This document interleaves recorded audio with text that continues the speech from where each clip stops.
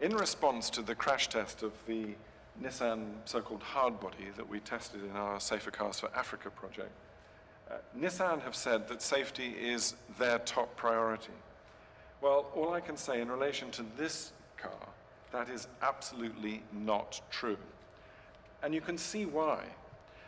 In a good vehicle, the body shell, the airbag, and the steering wheel should all operate as an integrated safety system to prevent intrusion that causes risk of serious injury or death to the driver or passenger.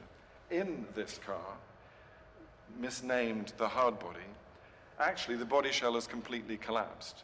So the steering wheel column has actually come backwards towards the driver. The airbags actually are redundant. They're useless in terms of injury prevention. The whole compartment, the collapse of it, represents a total engineering failure of that safety system. So it's very clear to me that either Nissan are very poor engineers or they're simply lying.